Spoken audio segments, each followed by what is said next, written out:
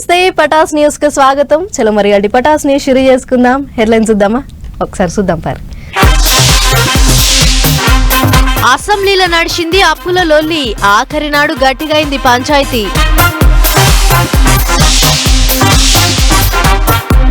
రెండేండ్లల్లో పోలవరం గేట్లెత్తుతారట, మళ్ళోసారి కట్టెక్కిండు ముఖ్యమంత్రి. అట్లీట్ల చాలైన దేవాదుల పంపులు, ముందే పూజలు చేసిర్రు కార్ పార్టీ వాళ్ళు. 10 పరీక్షల పేపర్ లీకులు, నడమ పరిశానైతుర్రు పొల్లగాండ్లు.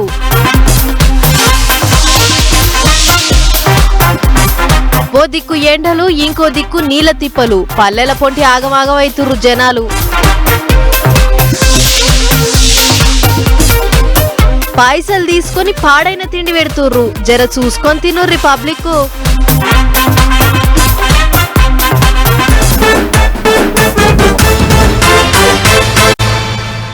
తాపకోసారి బయటికి పోగుడు, పేపర్లు షింపిపోసుడు, బొబ్బ చేసుడు అన్ని బంద్ పెట్టి అసెంబ్లీ మీటింగ్లలో లీడర్లంతా ఓ రేవు పొండి ముచ్చట్లు చెప్తుర్రు. కొట్లాటకు కాదు చర్చకు సిద్ధం అంటుర్రు లీడర్ సాబులు. గిట్లనే తెలంగాణ అసెంబ్లీలో తీరు ముచ్చట్ల మీద చర్చ నడిచింది. ఎన్నొద్దులు పద్దు లెక్కల మీద పంచాది కూడా గట్టినే నడిచింది. మరి ఇక ఆఖరి నాడు ఏమేమి మాట్లాడిర్రు ఒక్కసారి అట్లా పోయి అరుచుకొని వద్దాం. పారి ఆఖరి నాడు కూడా అసెంబ్లీలో లీడర్ల ముచ్చట్లు జోరుగానే నడిచినాయి. అన్నిటికీ మించి అవయవదానం బిల్లు మీద చర్చ చేసిండ్రు. మాజీ మంత్రి కేటీఆర్ సారు అందరికంటే ముందుగాల లేచి నేను రెడీ అన్నట్టు మాట్లాడిండు. ఆర్గన్ డొనేషన్ ఎంకరేజ్ చేయాల్సిన బాధ్యత మనందరి మీద ఉంది. కానీ ఒక వ్యక్తిగా నా ప్రతిపాదన ఏంటంటే I will come forward sir. నేను అవయవదానానికి అసెంబ్లీ వేదికగా నా మద్దతు ప్రకటిస్తూ మనందరం కూడా let us lead by example.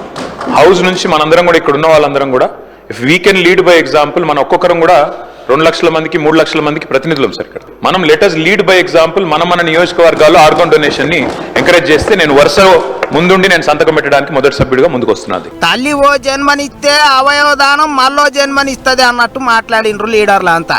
అందరికంటే మొదలు నేనే సంతకం చేస్తా అన్నట్టు మాట్లాడిండు మాజీ మంత్రి. ఇగిదిట్లుంటే చెయ్యి పార్టీల కాబోయే మంత్రులు ఎవరబ్బా అని తీరు ముచ్చట్లు వస్తున్నాయి కదా. గిసోంటి ఆలల్లా మంత్రి పొన్నం సారు చెప్పకనే ఓ పేరు చెప్పేసిండు. గౌరవ మంత్రి గారు చెప్పింది నోటు చేసుకున్నాం అధ్యక్ష. గౌరవ సుదర్శన్ రెడ్డి గారు బోధన ఎమ్మెల్యే సుదర్శన్ రెడ్డిని మంత్రి అన్నట్టు మాట్లాడిండు పొన్నం సారు. మరి అనుకోకుండా వచ్చిందో లేకపోతే లోపట సారుకు ముచ్చట తెలిసే ఉంటది కాబట్టి మాట్లాడిండో తెలియదు గాని మొత్తానికి 4 పోస్టులలో ఓ పోస్టు సుదర్శన్ రెడ్డికి ఇచ్చిండ్రు కావచ్చు అనుకుంటారట అందరూ. ఇగిదిట్లుంటే మేడ్చల్ జిల్లాల మున్సిపాలిటీలను GHMCలో కలపొద్దని మల్లన్న గట్టిగానే మాట్లాడిండు. మాకు దిష్టి తగిలిందా ఏం తగిలిందో మా మేడ్చల్ నియోజకవర్గానికి 61 గ్రామాలు పోయి అన్ని మున్సిపాలిటీలు అయినాయి. 3 కార్పొరేషన్లు ఉన్నాయి, 7 మున్సిపాలిటీలు ఉన్నాయి. ఇంకా మనం 3 మున్సిపాలిటీలు చేసారు. మాకు కౌన్సిలర్లు కార్పొరేటర్లు అంతా కూడా 10 ఏళ్ల కోసం రిజర్వేషన్ తెచ్చినండి మా టీఆర్ఎస్ ప్రభుత్వం. ఇప్పుడు 5 ఏళ్లలోనే మొత్తం సమాప్తి చేసారు కాబట్టి వాళ్ళంతా బాధపడుతుండ్రు. సేమ్ రిజర్వేషన్, సేమ్ కౌన్సిలర్లు, సేమ్ మున్సిపాలిటీలు 13 మున్సిపాలిటీలు GHMCలో కలపకుండా అట్లనే పెట్టాలన్నా అంతా ఆగమాగం చేస్తాను అన్నట్టు మల్లారెడ్డి కాక పర్సాన్ అయ్యిండు. అటు అప్పుల మీద కూడా సర్కారోళ్లకు ప్రతిపక్షం లీడర్లకు లడాయి గట్టిగా నడిచింది. లేని అప్పులన్నీ కారు పార్టీ వాళ్ళ మీద రుద్దుతాన్రు, వట్టిగా బదనాం చేస్తాన్రు అన్నట్టు మాట్లాడిండు కేటీఆర్ సారు. దీనికి చెయ్యి పార్టీ వాళ్ళు సీఎం సారు కూడా గట్టిగానే ఆర్చుకున్నాడు. ఉన్న ముచ్చట్నే చెప్పినాం, అన్ని లెక్కలున్నాయి అన్నట్టు మరలబడ్డారు. గిట్ల ఆఖరి నాడు అసెంబ్లీలో తీరు ముచ్చట్లే నడిచినాయి.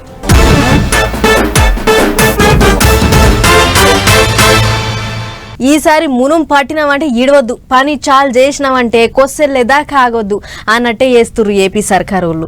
పోలవరం ప్రాజెక్ట్ అవుతుందా మనం చూస్తామా అన్నట్టే అయింది కదా. అందుకే ఈసారి మాత్రం 600 పోలవరం పోటెత్తాలి, పబ్లిక్ మురిసిపోవాలి అన్నట్టే పనులు చేస్తుర్రు. ఏపీ సీఎం బాబు సార్ పోలవరం మీద గట్టిగా నజరేసిండు. మళ్ళోసారి పోలవరం కాడికి బండి కట్టిండు. పోలవరం కట్టుడే, ఇండ్లు భూములు పోయిన వాళ్ళకు పైసలు ఇచ్చుడే, తగ్గేదేలే అన్నట్టు మాట్లాడిండు సీఎం బాబు సారు. ముఖ్యమంత్రి అయినాక అన్నిటికంటే ఎక్కువ పోలవరం ప్రాజెక్టు మీదనే గట్టిగా నజరేసిండు. నిమ్మల సారును నీళ్ల మంత్రిని చేసి పనులు రూవడి పెంచిండ్రు.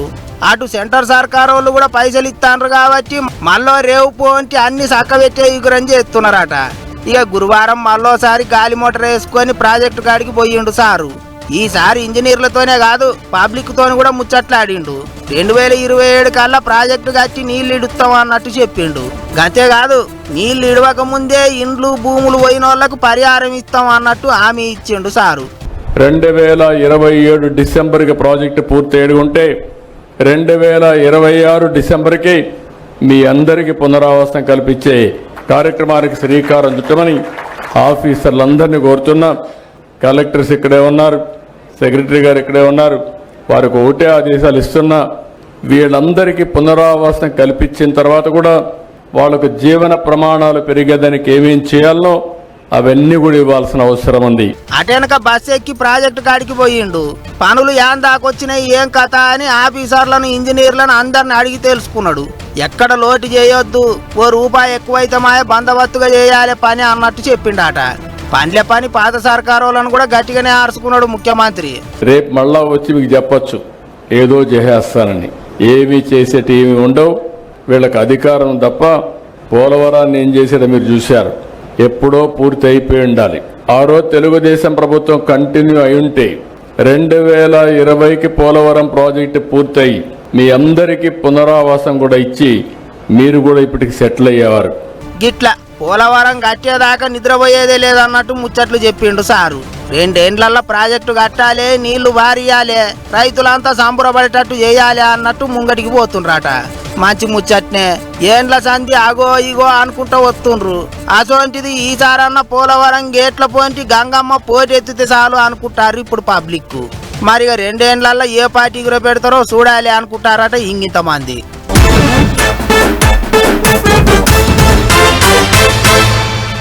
ఏ చిన్న పరీక్ష అయినా పేపర్ లీక్ అయినా వాడతలే. గ్రూప్ 1, గ్రూప్ 2, జేఈ మెయిన్స్ ఇట్లా ఏ పరీక్షని ఇడుస్తలేరు. పేపర్లు లీకులు చేసుడు, అటెంక పరీక్షలు వాయిదాలు పడుడు. ఇక ఇదే కథ నడుస్తుంది తెలంగాణలో. అట్లనే ఇప్పుడు 10వ తరగతి పరీక్ష పత్రాల లీక్ పంచాది రచ్చ అవుతుంది. 10 పరీక్ష పత్రాలు లీక్ అవుతున్నాయని లొల్లి అవుతుంది రాష్ట్రంలో. తొలతనాడు సందే నడుస్తున్నది ఈ లీకుల పంచాది. ఫస్ట్ నాడు ఓ కాడ తెలుగు పేపర్ కు బదులు హిందీ పేపర్ ఇచ్చిలని లొల్లి నడిస్తే అయ్యాలనే నల్గొండ జిల్లాలున్న నగరకల్లులో పేపర్ లీకేజీ చేసింది ఈ చెల్లె కోసమేనని డిబార్ చేసేది. అంటే ఈ 7 పరీక్షలు రాయొద్దన్నట్టు. అసలు నాకేం తెలియదు, కిటికీ కాడికి వచ్చి బెదిరిస్తే క్వశ్చన్ పేపర్ ఇచ్చినా ఫోటో తీసుకొని పోయినోడు ఎవడో నాకు అసలు తెలియదని ఎంత చెప్పినా వినలేదట. క్వశ్చన్ పేపర్ ఇచ్చిన తర్వాత ఒక అన్ఎక్స్పెక్టెడ్ వ్యక్తి వచ్చి ఆ ఫోటో తీసుకోవడం జరిగింది. అది ఆ టైంలో ఎలా జరిగిందో భయపెట్టించింది, నన్ను బాగా భయపెట్టించి ఆ టైంలో నాకు ఏం చేయాలో కూడా అర్థం కాలేదు. అర్థం కాని ఫోటో తీసుకుని వెళ్ళాను. ఆ తర్వాత నేను తెలుగు ఎగ్జామ్ రాసుకుని వచ్చా. తెలుగు ఎగ్జామ్ రాసుకుని రాగానే ఇంటికి వచ్చిన 1-2 అవర్స్ లోపల పోలీసు వాళ్ళు వచ్చాను. మాల్ ప్రాక్టీస్ చేస్తావు, అది చేస్తావు, ఇది చేస్తావు చాలా మాట్లాడారు. ఇది మొన్న చెప్పిన ముచ్చట. అయినా ఎవరు పట్టించుకుంటలేదని ఇవాళ కాశెల్లే ఏకంగా హైకోర్టుకు పోయింది. పేపర్ లీకులకు నాకు ఏ సంబంధం లేదు, నేను ఏ నకలు చిట్టీలు పెట్టి పరీక్ష రాయలేదు, నాకు పరీక్షలు రాసుకునేందుకు పర్మిషన్ ఇవ్వాలని పిటిషన్ లో రాసిందట. ఇది ఒక్కటే కాదు, అటు కామారెడ్డి జిల్లాలో ఉన్న జుక్కల్ మండలంలో కూడా ఇదే కథ. ప్రశ్నపత్రం లీక్ చేసిలని పోలీసు వాళ్ళు 6గురిని అరెస్ట్ చేస్తే 3 పంతులను అధికారులు సస్పెండ్ చేసి ఒక పేరెంట్ వైట్ పేపర్ పంపించి అతను క్వశ్చన్స్ పంపిస్తే నేను ఆన్సర్స్ పంపించుకుంటాను మా అబ్బాయికి అనేది చెప్పి ఆ వాటర్ సప్లయర్ ద్వారా పంపించగా క్వశ్చన్స్ అనే బయటికి తీసుకురావడం జరిగింది. అక్కడే ఉన్న ఒక వ్యక్తి ఫోన్ ద్వారా ఫోటో తీసుకొని ఒకరిద్దరు రిపోర్టర్స్కి పంపించడంతో వాళ్ళు గ్రూప్లో పోస్ట్ చేయడం జరిగింది అనేది ప్రిలిమినరీ ఎంక్వైరీలో మనకు తెలుస్తుంది. అయినా బయటోడు లోపలికి వచ్చి పరీక్ష రాసేటోళ్ళని బెదిరించి టిక్క ఫోటోలు కొడుతుంటే సెక్యూరిటీ ఉన్న పోలీసు వాళ్ళు ఏం చేస్తున్నట్టు, ఆఫీసర్లు ఏం చేస్తున్నట్టు? మరి ఒక 5 ప్రశ్నలతో కూడిన ఒక చిన్న చిట్టి బయటికి రావడము, దాని తర్వాత కొంతమంది దాన్ని ఫోటోలు తీసి వేరియస్గా డిఫరెంట్ పర్సన్స్కి ఫార్వర్డ్ చేయడం and one of the person దాన్ని గ్రూప్లో షేర్ చేయడం లాంటి సంఘటన రిపోర్ట్ అయింది. వాళ్ళ దగ్గర మొబైల్ ఫోన్స్ అన్ని చెక్ చేసి ఫర్దర్గా ఇంట్రాగేట్ చేస్తే మనకు ఆ సీక్వెన్స్ ఆఫ్ ఈవెంట్స్ మొత్తం కూడా మనకు క్లియర్గా అర్థమైంది. ఫోటోలు సోషల్ మీడియాలో తిరిగినాయి కాబట్టి తెలిసింది, లేకుంటే వాళ్ళకు కూడా ఎరకవునో ఎరకలేకపోవునో. దొరందన్నలేక దొర తొత్తుందన్నాడు అన్నట్టు వాళ్ళు కావాలి కాయలేక అన్యాలంగా పొల్ల జీవితం ఆగం చేసిళ్ళు అనుకుంటున్నటకి ముచ్చట తెలిసిన నల్గొండ పబ్లిక్. ఏ పరీక్షలైనా ఏదో కంప మోపైతుంది అబ్బా తెలంగాణలో. గ్రూపు పరీక్షల కాంచి సాల్వ్ చేస్తే 10 పరీక్షల దానక దేన్ని ఇడవట్లేరు బద్మాష్ గాన్లు. వాళ్ళు చేసిన తప్పులకు అమాయకులు బలైపోతున్నారు. ఏమో పోరి అందరి మంచిగానే ఉన్నారు కానీ గీ చెల్లె పరిస్థితే అడిడి కాకుండా అయింది పాపం. చూడాలి మరి పెద్ద కోర్టులన్నా గీ చెల్లెకి ఏమన్నా న్యాయం జరుగుద్దో లేదో అనేదిగా.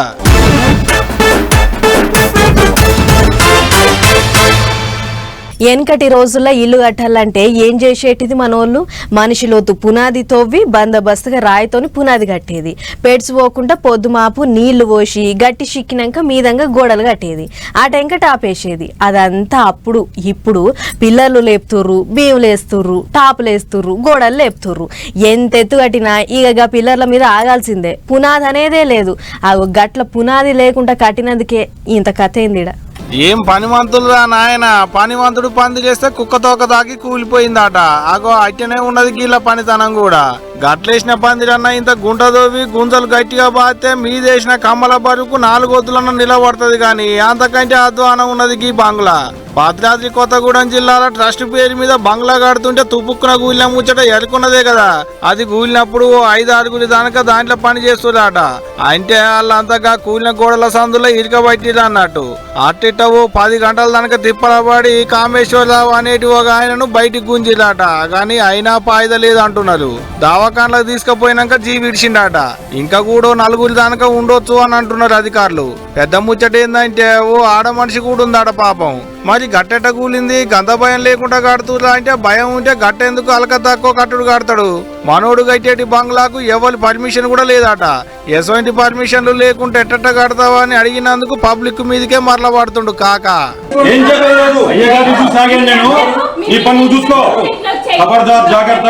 సార్ ఏంటి సార్ ఇది బెదిరింపులు?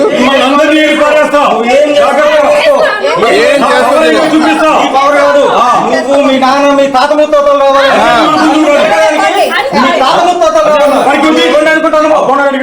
ఓ పునాది లేదు, ఆయమన్న మాల్ లేదు. పాత బంగ్లా మీదనే ఇంకో 5 అంతరాల బంగ్లా లేపే ఈగలం చేస్తుండట. మరి గంత పెద్ద బంగ్లా కడుతుంటే అక్కడే అధికారులకు ఎరకలేకపోయి ఉండొచ్చునో. అటనన్న పిల్లర్లు ఏమన్నా గట్టిగున్నాయా అంటే అది లేదు. మళ్ళా ఉత్త 9 ఇంచుల పిల్లర్ల మీదనే పోస్తుండట 5 అంతరాల బంగ్లా. ఇంకా చేసిన ఉద్దరిక ముద్దుగుందని మంది మీదకే ఎగబడుతున్నాడు. ఆయన ఆశ ఖరీదు 5 పానాలు. ఇప్పుడు పాపం 1000 రూపాయల కూలికి పోతే కూలి సంగతి దేవుడు ఎలుకని పానాలు పోయి పాడాయి కదా.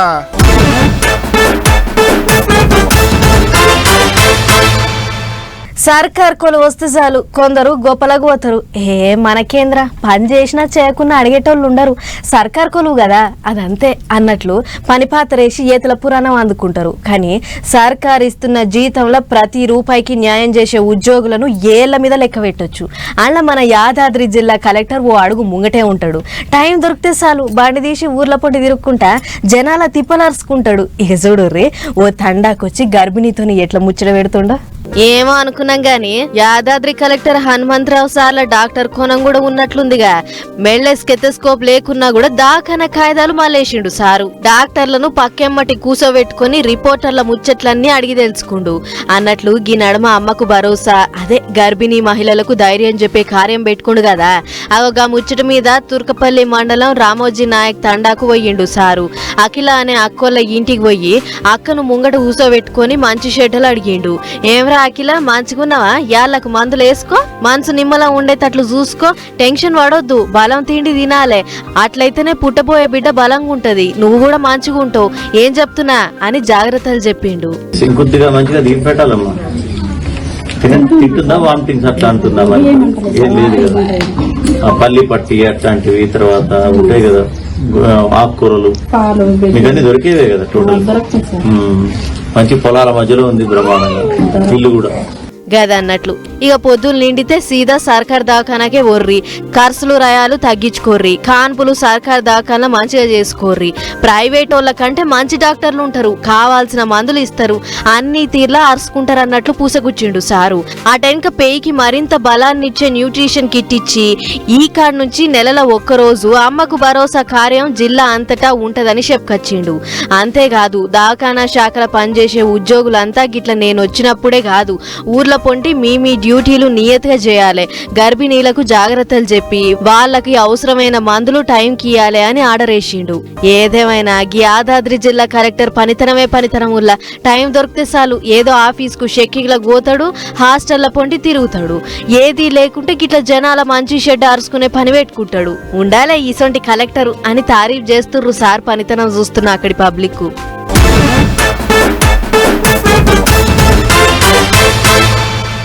పంపులు చాలా అయితే లేవు, పంటలన్నీ ఆగమాగం అవుతున్నాయి, రైతన్నలు పరిశాన్ అవుతుర్రు అని వారం దినాల సంధి కార్ పార్టీలకు షేయ్ పార్టీలకు నడుమ పంపుల పంచాది గట్టిగా నడిచింది.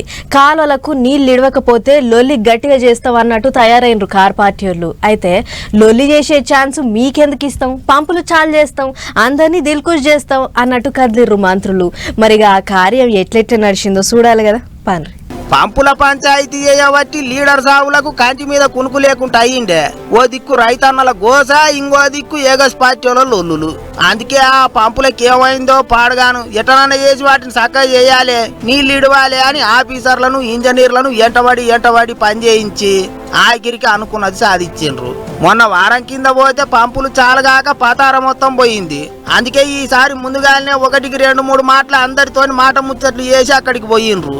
పంపులు చాలు చేసి నీళ్ళు ఇడిచిండ్రు.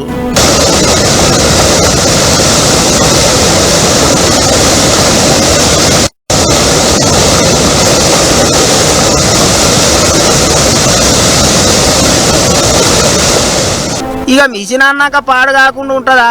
అప్పుడప్పుడు అట్లా అవుతుంటది. నీళ్ళు ఇడుచుడు ఆలస్యమైనందుకు రైతన్నలు పరిశాన్ అయినరు కావచ్చు. ఇక ఇప్పుడు ఏం పికర్ చేసే అవసరం లేదు, అన్ని పంటలకు నీళ్లు అందుతాయి అన్నట్టు మాట్లాడినరు సార్లు. ఒక పంపు ఆన్ చేసి మరి 600 క్యూసెక్స్ నీటి విడుదల చేయగలుగుతున్నాం. అదేవిధంగా ఆ రెండో పంపు కూడా 15 రోజుల్లో ఆన్ చేస్తాం. అదేవిధంగా రాజవరంలో కూడా ఏదైతే పంపింగ్ స్టేషన్ పూర్తిగా చేయించి పనులు చేస్తాం. పూర్తి ఆయకట్టు వచ్చే విధంగా మా ప్రభుత్వం ప్రయత్నం చేస్తుందని, తక్కువ ఖర్చుతో ఎక్కువ ఆయకట్టు వచ్చే విధంగా మా ఇరిగేషన్ పాలసీ మేము ముందుకు పోతామని చెప్పి నేను మనవి చేస్తూ, గోదావరి గంగమ్మ నీళ్లను ధర్మసాగర్ రిజర్వాయర్లకు దోలిచ్చి అక్కడి నుంచి కాలువల పోంటి పాలకుర్తి, స్టేషన్ గన్పూర్ నియోజకవర్గాలలో రైతన్నలకు నీళ్లు ఇస్తారట. పంపులు చాలకుండా వాటిని మంచిగా చేయనికే ఇంజనీర్లు గట్టిగానే తిప్పలబడ్డారట. ఆ లోపలికి పోయి చూస్తే యాన్నో నూనె లీక్ అవుతున్నట్టు ఎరకైందట. ఇక దాన్ని సరిచేసి 4-5 సార్లు చాలు చేసుడు ఆపు చేసుడు, చాలు చేసుడు ఆపు చేసుడు, తెల్లార్లు తిప్పల పడితే గాని పంపులల్లో నీళ్లు బయటికి రాలేదు. ఎట్లయితేంది మొత్తానికి పార్టీల నడుమ పంచాయతీ ఇంత పెద్ద కాకముందే పాడైన పంపులు మంచిగైనాయి. ఇక పెద్ద ముచ్చట ఏంటిదంటే దేవాదుల నీళ్లు మేము ఇడిపించినాం అంటున్నారు లీడర్లు. ఓ దిక్కు అటు మంత్రులు పోకముందే మాజీ MLA Thatikonda Rajaiah pump house కాడికి పోయి పూజలు చేసి నీళ్లను ముద్దాడిండు. అంతా కారు పార్టీల కష్టం అన్నట్టు మాట్లాడిండు. పంపుల పంచాయతీ ఒడిసింది అనుకుంటే మళ్ళా ఇదో పంచాయతీ సురువైంది కదా అనుకుంటారు పబ్లిక్.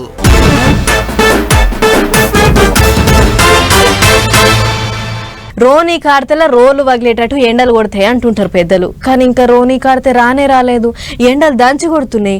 పైటీలు ఇంట్లోకించి కాలు బయట పెట్టాలంటే గజ్జును నొక్కుతురు పబ్లిక్. ఇది సాలదన్నట్టు ఆగడు. మామూలుగానే ఎండాకాలం వచ్చిందంటే నీళ్లకు తిప్పలు పడుతుంటారు పబ్లిక్. అట్లీ ఏడు ఓరోకు ఎండలు దంచి కొడుతుంటే పబ్లిక్ తాగేతందుకు నీళ్లు లేక కన్న తిప్పలు పడుతుర్రు. చూడురు మీరే.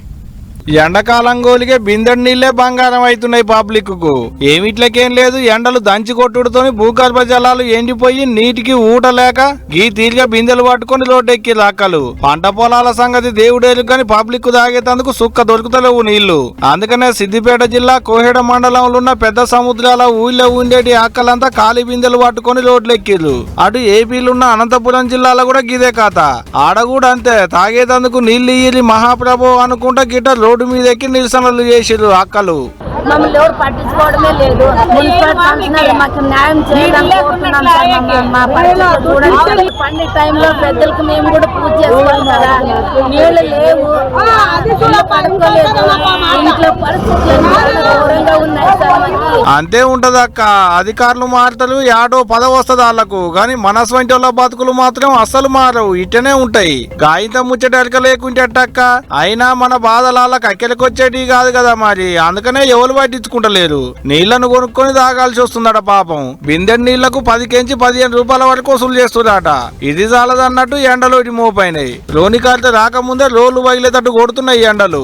ఆడా ఈడాని ఏం లేదు, 2 తెలుగు రాష్ట్రాలలో అట్టినే దంచి కొడుతున్నాయి. ఏమిట్లకేం లేదు, అప్పుడే 40 డిగ్రీలకు మీదనే ఎండలు ఉన్నాయంటే చూడు ఎట్టుందో కథ. పైటీలు ఇంట్లోకేంచి బయటికి రావాలంటే గజ్జును వణుకుతున్నారు పబ్లిక్. నెత్తిన నిప్పుల వాన గిట్టేమన్నా గురుస్తుందా అన్నట్టే మంటలు ఉడుతున్నాయి అంటున్నారు పబ్లిక్. మకాలు కడుక్కోవడానికి అది ఇంటి అవసరాలకు కూడా చాలా ఇబ్బంది పడుతున్నారు. తాగడానికంటే ఇట్లా నీళ్ళు కొనుక్కుంటారు, అవసరాలు కానీ కొనుక్కోవాలంటే ఏడైతుంది. వారం రోజులు ఇస్తారు. కనీసం వాటర్ ట్యాంక్ రిపేర్ చేస్తే అదన్నా మాకు పరిష్కారం అవుతుంది. ఇంతమంది కౌన్సిలర్లు మారినారు కానీ కనీసం వాటర్ ట్యాంక్ రిపేర్ చేయలేకపోయినారు. గిట్టోలోకు ఎండల వేడికి భూగర్భ జలాలు తగ్గుడుతోని పబ్లిక్ కు నీళ్ళ తిప్పలు. ఈ ఎండాకాలం వెళ్ళిందనక పబ్లిక్ కు గోసే ఉన్నట్టుంది బౌండరీ చూస్తుంటే.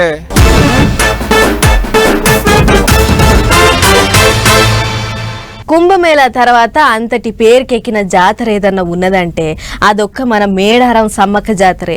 ఈడ 2 ఏళ్లకోసారి పెద్ద జాతర, ఏడాదికోసారి మినీ మేడారం అవుతుంది.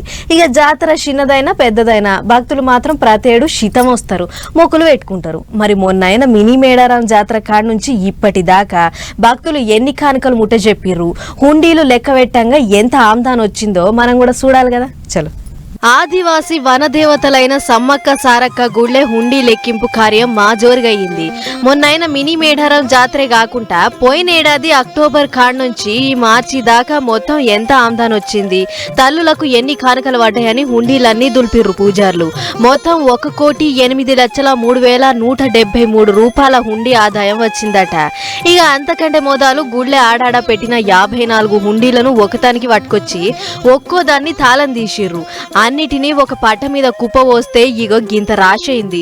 ఆళ్లకెంచి 10లు, 20లు, 50లు, 100లు ఇంకా పెద్ద పెద్ద నోట్లేరి ఒక బండల్ లెక్క సపరేట్ గా కట్టిర్రు. ఆళ్లకెంచి దేవుళ్ల లెక్కలు తీస్తే సమ్మక్కకు 58 లక్షలు, సారక్కకు 45 లక్షలు, పగిడిద్దరాజుకు 1,60,000, గోవిందరాజుకేమో 2 లక్షల పైనే హుండీ ఆదాయం వచ్చిందట. లెక్కింపు కార్యం అంతా గట్టి బందోబస్తు నడమ నడిచింది. చిల్లర పైసలైతే ఏం తక్కువ 3-4 బత్తాలు వచ్చుంటాయి. దాంట్లోకించి ₹2 చిల్లరేరి సపరేట్ గా వర్కులలో పోసి ప్యాకెట్లు కట్టిర్రు. నోట్ల కాయిదాలు లెక్క పెడతోళ్ళు ఒక తీరు నోట్లు సపరేట్ చేసిర్రు. మిషన్ల లెక్క పెట్టి కట్టలు కట్టిర్రు. ఆయన సమ్మక్క జాతర అంటే హుండీ ఆదాయం జరంత తక్కువే ఉంటది గాని బంగారం అదే బెల్లమే టన్నులకు టన్నులు వస్తుంటది. అందుకే నిలువెత్తు బంగారం ఇస్తేనే ఆ తల్లి సంబరపడుతుంది, కోరిన కోరికలు తీరుస్తుంది అని భక్తులకు ఎప్పటికెంచో ఉన్న నమ్మకం.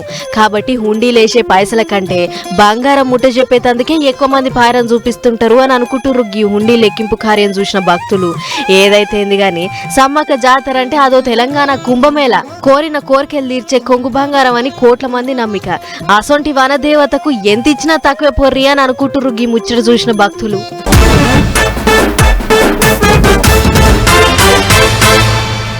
ఇగండి చిట్కు పుట్టుకు ముచ్చట్లున్నాయి. ఫటాఫట్ దనాదనాయి కూడా ఒక్కసారి చూసేర్రి. 500 సార్లు కూడా ఎంత పని చేసింది చూడుర్రి. ఇగో గీడ కిటికీ మీదకి ఎక్కి కూర్చున్న ఆక పేరు సూర్యుడు. అయితే వాళ్ళ ఇంటాయనను ఏమండి ఓ 500 ఇయ్యండి ఖర్చులున్నాయి అని అడిగితే ఆయన ఉండి నా తాన లేవుపో అని అన్నాడట. అమ్మా నేను అడిగితే లేవంటావా అని ఆయన తాలిగిపోయి ఇగో గిట్ల 4వ అంతస్తు బిల్డింగ్ కిటికీ మీదకి ఎక్కి కూర్చుంది. చుట్టుపట్టోళ్ళు 500 కాదు మేము 1000 ఇస్తాం దిగురా అని ఎంత బతిలాడినా కూడా అసలు దిగలేదు. ఇంతలా ఆలీలు చూసి పోలీసులకు ఫిర్యాదిస్తే ఎస్ఐ భాస్కర్ సార్ వచ్చి అది ఇది బుద్గరిచ్చి మొత్తానికి పైకి గుంజిండు. దీంతోనే అందరూ ఊపిరి పీల్చుకుర్రు. విశాఖ జిల్లా పిఎం పాలెం మండలం మధురవాడ వైఎస్ఆర్ కాలనీలో అయ్యింది ఈ ముచ్చట. సత్యసాయి జిల్లా డిఎస్పీ విజయ్ కుమార్ సార్ ఫలనిద్ర చేసిండు. బుక్కపట్నం మండలం చంద్రాయనిపల్లి అనే ఊరికి పోయి మంచి షెడ్డలు అరుచుకుండు. మీ ఊళ్ళో తాపకు లొల్లులు పంచాదులు ఎక్కువైతున్నాయి, బెట్టింగ్లు మట్క గేమ్లు బంద్ చేయాలి, గట్ల ఆడితే కొంపలు ఆరిపోతాయి, అప్లపాలైతారు అని జనాలకు పూసగుచ్చి సోయ కలిగిచ్చే ఇగ్రం చేసిండు. ఈ కాడ నుంచి మీ ఊరి మీద మేము స్పెషల్ నజరేస్తాం, ఎవరన్నా వట్టిగా జవడాలు పంచాదులు చేసి కోట్లాటలు పెట్టుకుంటే ఆటంగా మా పని ఏందో మేము చేస్తాం అన్నట్టు గట్టినే వార్నింగ్ ఇచ్చిండు సారు.